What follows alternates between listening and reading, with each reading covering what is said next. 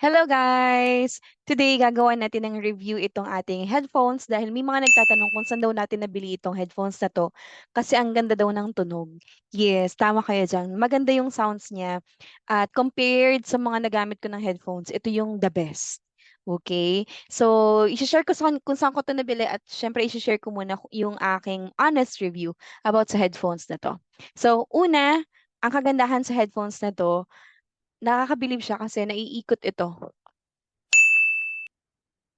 And taas baba siya. And at the same time, dahil nga na-move siya doon, pwede mo siyang i-switch papunta dito. For example, mas comfortable ka na ito ay nasa kabila. So, palitan natin siya.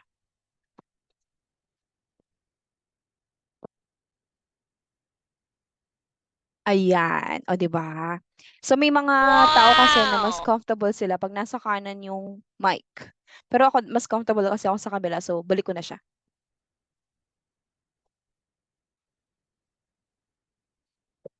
Ayan. Ayan. O, di ba? Perfect. By the way, wala siyang foam ngayon.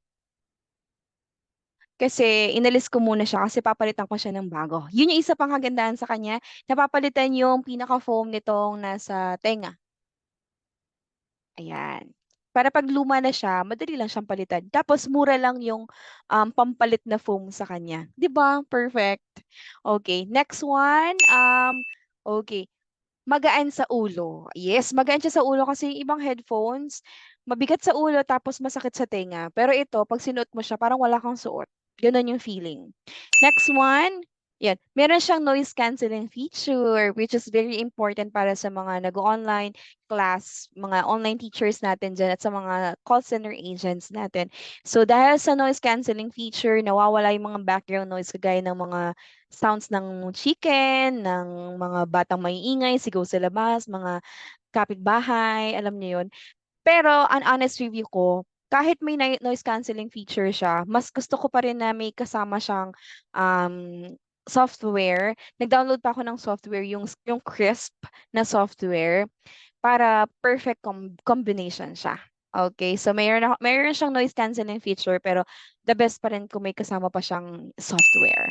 So ayun.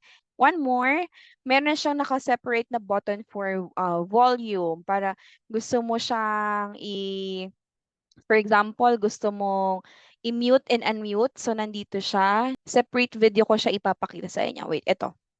Ito yung sinasabi ko sa inyo. Ayan, pipindutin mo lang yan kapag gusto mong i-end or sagutin yung call. At kapag gusto mo namang i-mute at i-unmute ang iyong mic, ayan lang ang pipindutin mo. Nahihinaan at nalalakasan din ang volume ng inyong microphone gamit po ito. Ayan, paghihinaan. Ito naman kapag lalakasan. Ayan, sa headphones naman pala 'to, hindi sa mic, sa headphones 'yan. Para nahihinaan at nalalakasan yung volume. Ayan, ganda.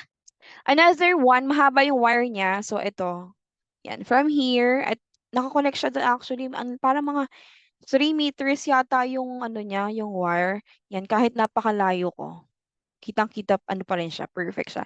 So kahit tumayo ka, umupo ka, kunyari may aabutin ka during your class, hindi mo na siya kailangang hubarin kasi nga mahaba yung wire niya. Mm, 'yan, mahaba, super. Ang layo pa nung pinagshoo-shootan nito, parang mga 2 to 3 meters yung haba ng wire. Perfect, 'di ba? Okay, one more. 'Yan, maganda yung tunog niya, hindi siya basag. Alam mo yon yung sounds na hindi rin siya sounds na ngongo, although nasal talaga yung sounds ko ha. Pero yung sounds nito, may paggamit mo 'tong headphones na 'to, ang ganda. Ang gandang pakinggan. So perfect siya sa mga nag-o-online class para sa mga online teachers natin diyan. And perfect din siya for mga call center agents kung gusto niyo maganda yung boses niyo, 'di ba? And yung sa mga nagvi-VAs natin yan, virtual assistants para maganda yung communication niyo with your clients, maganda yung sounds niyo. Perfect na perfect 'to. By the way, ito po ay Jabra Evolve 20 MS. Ayan, ilalagay ko sa aking yellow basket kung saan ko 'to nabili 'to, kung saan ko nabili itong headphones na 'to. At kung nanonood ka naman sa aking YouTube channel, click mo lang sa yung nasa description box ko, ilalagay ko diyan yung link ng aking yellow basket. So, kung gusto mo rin 'to, bumili ka na, ano pang hinihintay mo? Click mo na yung yellow basket ko. 'Yan lang, salamat.